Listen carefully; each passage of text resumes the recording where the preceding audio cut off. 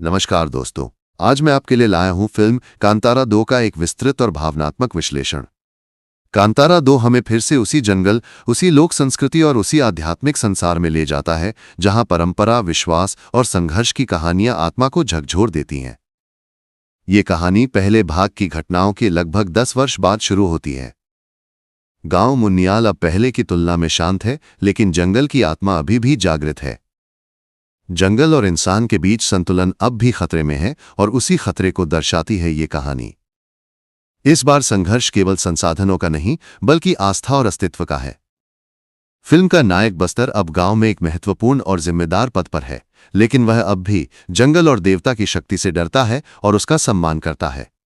एक नया किरदार गोपाल जंगल में आता है, एक शोधकर्ता जो प्रकृति और आदिवासी संस्कृति को समझना चाहता है।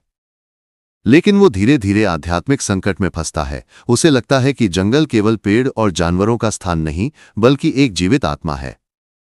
फिल्म का तीसरा महत्वपूर्ण किरदार मुन्निया है, जो एक रहस्यमयी महिला है। वो धीरे धीरे गांव की संस्कृति, देवी पूजन और जंगल की आत्मा के साथ जुड़ती जाती है। वो एक ऐसा पात्र है जो स्त्री शक्ति और पवित्रता का प्रतीक है।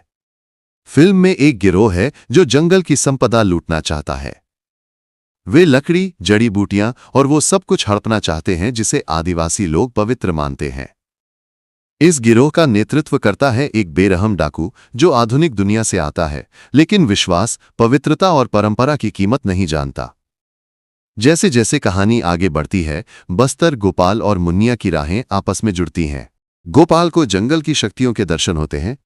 वो एक आध्यात्मिक अनुभव से गुजरता है जहां वो जंगल की आत्मा को महसूस करता है। बस्तर को अपनी पुरानी यादें सताने लगती हैं और उसे एहसास होता है कि ये केवल एक भौतिक संघर्ष नहीं, आत्मा की रक्षा का युद्ध है।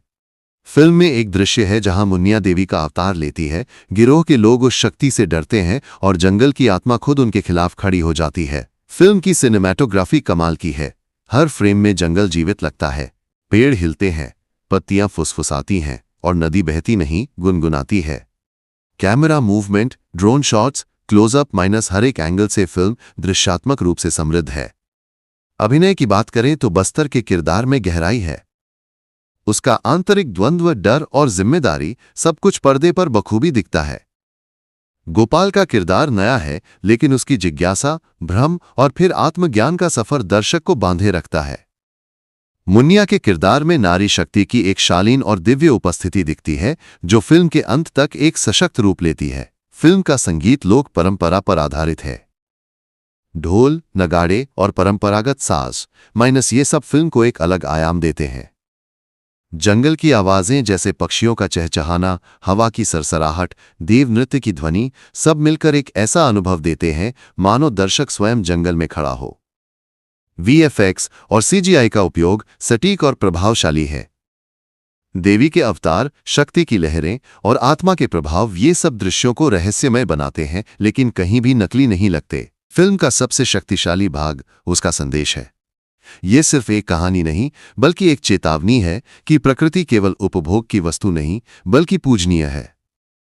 जंगल को काटना केवल पेड़ों को खत्म करना नहीं, आत्मा की हत्या करना है। फिल्म हमें सिखाती है कि अगर हम अपनी जड़ों से कटे तो हम अपनी पहचान खो देंगे।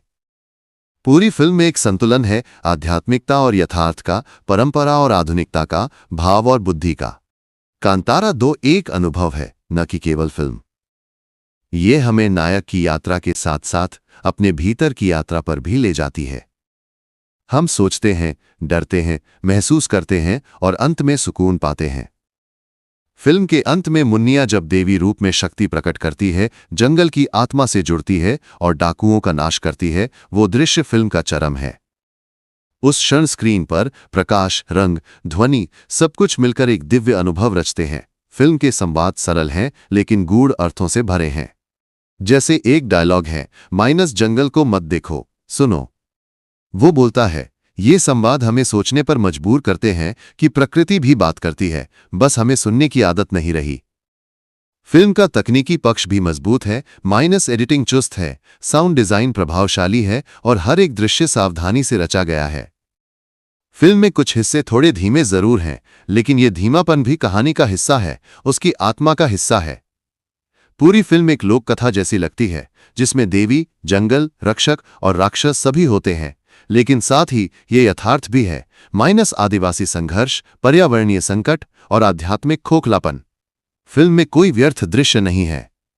हर एक फ्रेम, हर एक शब्द, हर एक भाव कहानी का हिस्सा है। कांतारा 2 दर्शक को केवल देखने नहीं, महसूस करने का मौका देता है। ये एक आध्यात्मिक यात्रा है जो जंगल की सिसकियों से शुरू होकर आत्मा के शांत स्वर में समाप्त होती है। फिल्म देखने के बाद मन में एक अजीब सी शांति और प्रश्न दोनों रह जाते हैं। माइनस, क्या हमने जंगल को समझा है?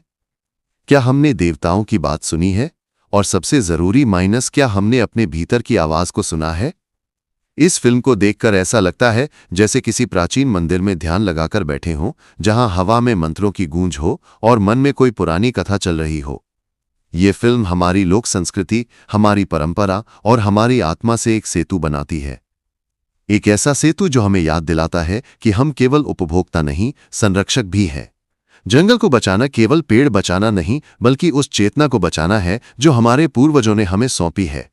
कांतारा 2 एक ऐसी कथा है जो रहस्यमय है, भव्य है, भावनात्मक है और सबसे जरूरी सच्ची लगती है।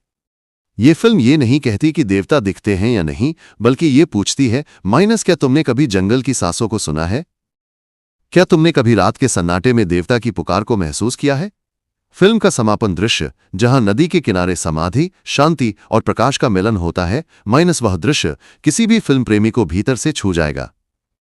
देवी के रूप में मुन्निया, आत्मज्ञान प्राप्त गोपाल और उत्तरदायित्व से जागृत बस्तर, ये तीनों मिलकर एक ऐसी त्रयी बनाते हैं जो इस फिल्म को सिर्फ कहानी नहीं, दर्शन बना देते हैं। कांतारा 2 एक फिल्म नहीं, अनुभव है, माइनस एक आत्मिक, सांस्कृतिक और मानवीय अनुभव। तो दोस्तों, ये थी हमारी आज की कहानी। अगर आपको वीडियो पसंद आया हो तो लाइक जरूर करें। आपकी राय हमारे लिए बहुत जरूरी है, तो कमेंट करके बताएं आपको कौन सा हिस्सा सबसे ज्यादा पसंद आया। ऐसी ही और दिलचस्प फिल्मी कहानियां, रिव्यूज और एक्सप्लेनेशन के लिए इंडियन वॉचलिस्ट को सब्सक्राइब करें और बेल आइकन दबाएं ताकि अगली वीडियो आपसे मिस ना हो। मिलते हैं अगली वीडियो में एक नई कहानी, एक नई खोज और ढेर सारी फिल्मी बातें लेकर। तब तक के लिए देखते रहिए इंडियन वॉचलिस्ट।